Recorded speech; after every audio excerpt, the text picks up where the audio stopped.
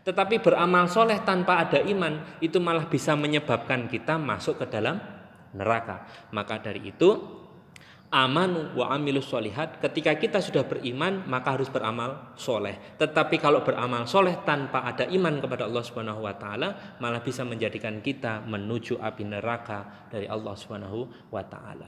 Kemudian Allah Subhanahu wa taala berfirman, a'udzubillahi minasyaitonir rajim, inna anzalna ilaikal kitaba bil haqqi fa'budillaha mukhlisana lahuddin. Yang artinya sungguh kami turunkan kitab kepada engkau dengan sebenar-benarnya, maka sembahlah Allah serta mengikhlaskan agama baginya. Jadi setiap Allah itu sudah menurunkan kitabnya, sudah menurunkan aturan-aturannya, kisah-kisahnya, sirahnya dan lain sebagainya, supaya apa? Kita bisa mempelajarinya, dan kita ini dalam menjalankan segala sesuatunya harus penuh keikhlasan oleh Allah Subhanahu wa taala. Dalam firman yang lain dalam Quran surat Al-Bayyinah ayat 5, a'udzubillahi minasyaitonir rajim, wa ma umiru illa liya'budullaha mukhlishina lahuddina hunafa.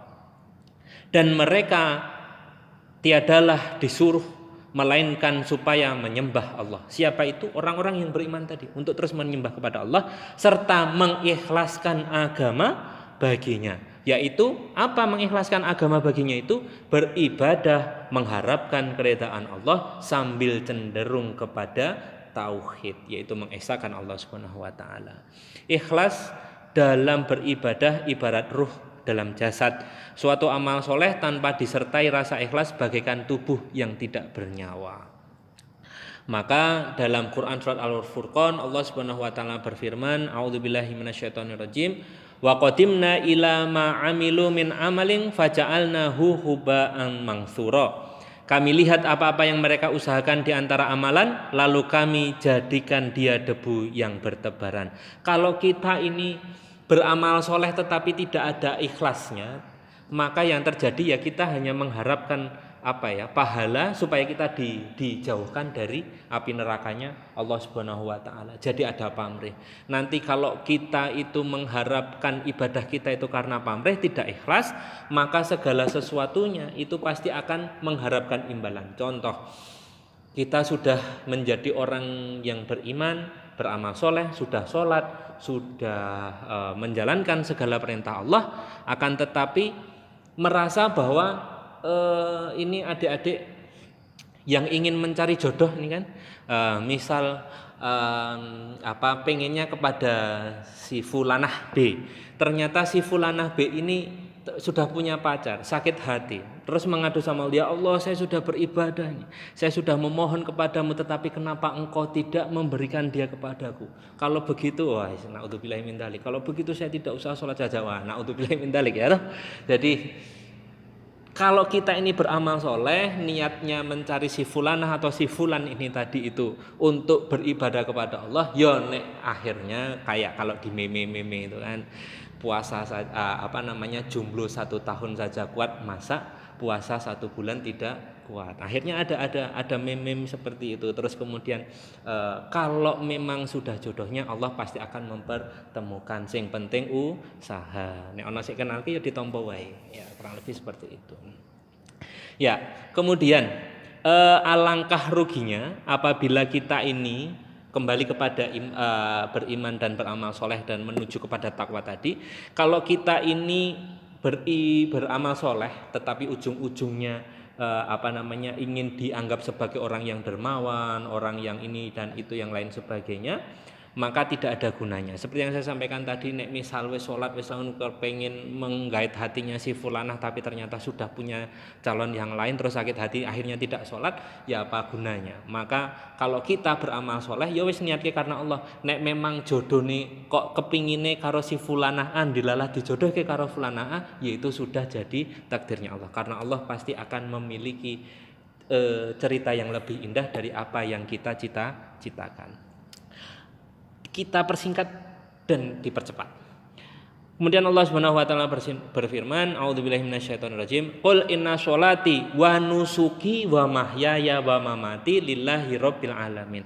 Katakanlah, qul inna sholati, sesungguhnya salatku, wa nusuki dan ibadahku, wa mahyaya hidupku, wa mamati dan matiku, lillahi rabbil alamin, sesungguhnya dan semuanya untuk Allah Tuhan semesta alam. Ini sudah diajarkan oleh Allah Subhanahu wa taala bahwa apa yang kita usahakan di dunia ini hanyalah untuk Allah, tidak perlu mengharapkan balasan.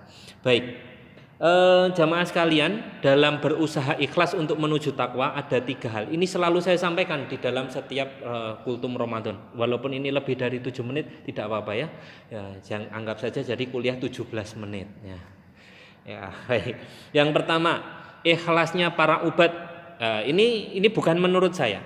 Ini adalah menurut Syekh Muhammad bin Ibrahim radhiyallahu an dalam kitabnya Syarhul Hikam, membagi ikhlas menjadi 3 bagian.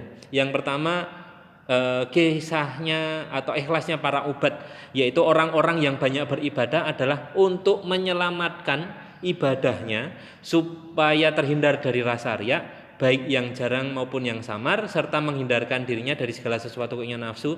Jadi mereka beramal hanya semata untuk Allah, mencari pahala dan lantaran lari dari siksanya dan dijauhkan dari neraka supaya dimasukkan dalam surganya Allah. Kalau bahasa yang saya mudahkan seperti ini, seperti ikhlas yang pertama ini seperti orang yang jual beli. Kalau kita mau membeli sesuatu harus bayar dulu. Nek tidak bayar maka kita tidak akan dikasih. Makanya nek misal kita sholat Allahu Akbar, harapannya supaya kita dimasukkan ke dalam surganya Allah Subhanahu wa ta'ala. Boleh kan seperti itu? Ya boleh saja. Tetapi ada, ini yang paling rendah, ini paling bahaya. Nek misal ada sesuatu yang kita inginkan terus tidak diridhoi, tidak dikabulkan oleh Allah Subhanahu wa ta'ala, maka bisa-bisa rusak imannya karena ada pamrihnya itu tadi. Kemudian ikhlasnya yang kedua, menurut saya Ibrahim bin Adham ini seperti orang-orang yang saling mencintai, adalah beramal untuk Allah Subhanahu wa taala hanya karena memuliakan dan mengagungkan kepadanya semata, karena memang Allah Azza wa Jalla ini pantas untuk dilakukan itu, bukan karena mengharapkan pahala maupun karena lari dari siksaannya. Ini contohnya kalau saya mudahkan itu seperti 2 orang suami istri yang saling mencintai. Kalau segala sesuatu yang kita miliki pasti akan diberikan. Kita sayang kepada anak, segala sesuatunya pasti akan diberikan dan lain sebagainya. Tidak perlu merengek-rengek, kalau memang sudah baik pasti akan diberikan dengan rasa cinta. Kemudian ikhlas yang ketiga, ikhlasnya para arifin atau orang-orang yang telah bermakrifat kepada Allah, adalah beramal dan menyaksikan bahwa segala kemampuannya untuk beramal itu adalah karena pertolongan Allah Subhanahu wa taala. Mereka tidak melihat bahwa dirinya punya kemampuan untuk beramal, sehingga mereka beramal hanya karena pertolongan Allah Subhanahu wa taala, bukan karena kemampuan dan kekuatan mereka. Inilah tingkatan ikhlas yang lebih tinggi dari tingkatan ikhlas yang kedua. Jadi gini, saya sholat, kita puasa, kita zakat, berangkat haji dan lain sebagainya, itu merasa karena itu adalah pertolongan dari Allah dan kita melakukan itu sudah jadi kewajiban. Jadi mau dibalas oleh Allah pahala, ya alhamdulillah. Tidak dibalas pahala, ya wis alhamdulillah. Mau dimasukkan surga, ya alhamdulillah. Tidak dimasukkan ke dalam surga atau dimasukkan neraka, itu sudah ketentuannya Allah. Karena memang Allah itu sudah memberikan patokan-patokan. Loh, kalau seperti itu buat apa saya sholat dan lain sebagainya? Nah, itulah perbedaan orang-orang yang beriman dan tidak beriman. Kalau orang-orang yang beriman karena sudah beriman akan qadha dan qadarnya Allah, mau diberikan peringatan bahwa hei Mas Iwan, besok kamu masuk neraka. Kalau saya sudah beriman kepada Allah, tidak akan merubah kewajiban saya, kebiasaan saya untuk terus beribadah. Ya terima kasih, karena saya masih diberikan kesempatan untuk beribadah, menyembah Allah. Itu adalah kemuliaan yang terbesar daripada orang-orang yang tidak pernah sujud atau mengaku menghamba kepada Allah Subhanahu wa taala. Tetapi yakinlah hal yang pasti, bahwa setiap kita beriman kepada Allah, percaya akan apa yang sudah digariskan oleh Allah Subhanahu wa taala, Allah akan memberikan balasan berupa surga. Dan yakinlah bahwa setiap umat Nabi Muhammad yang beriman dan bertakwa kepada Allah Subhanahu wa taala pasti akan dimasukkan ke dalam surga. Pasti itu.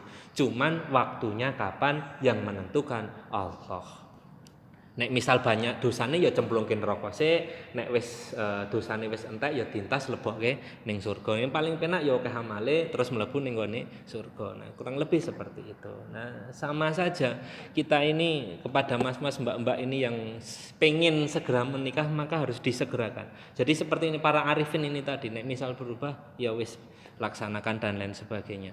Kalau kita sayang pengen memiliki maka terus kemudian dikejar-kejar, makanya saya berikan apa ya istilahnya kunci lah.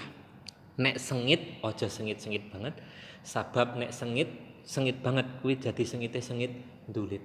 Nek sengite wis ndulit kuwi mengko apa istilahnya jadi senengnya jadi seneng selangit. Nek misal doyak-oyak ora gelem terus dikejar, ora gelem kejar meneh, nek ora gelem ya golek liyane karena di dunia tidak hanya satu dan dua orang tadi. Baik, karena kita harus berikhtiar dan mencari yang lainnya itu tadi adalah untuk berikhtiar karena Allah Subhanahu wa taala.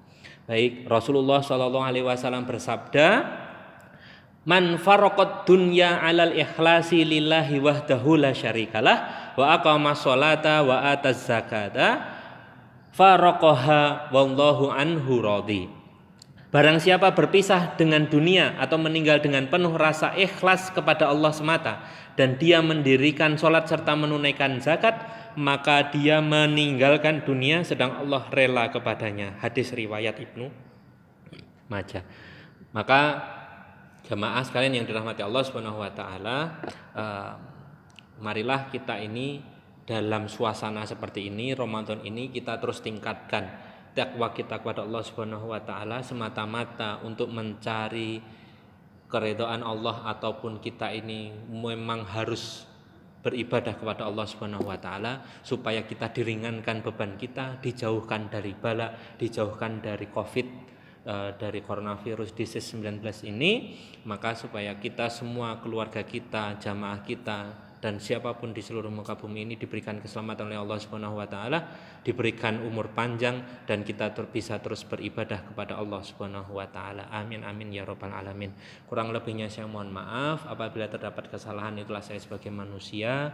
Apabila terdapat kebenaran itu datangnya dari Allah Subhanahu wa taala. Subhanakallahumma wa bihamdika asyhadu an la ilaha illa anta astaghfiruka wa atubu ilaik. Wabillahi taufik wal hidayah. Wassalamualaikum warahmatullahi wabarakatuh.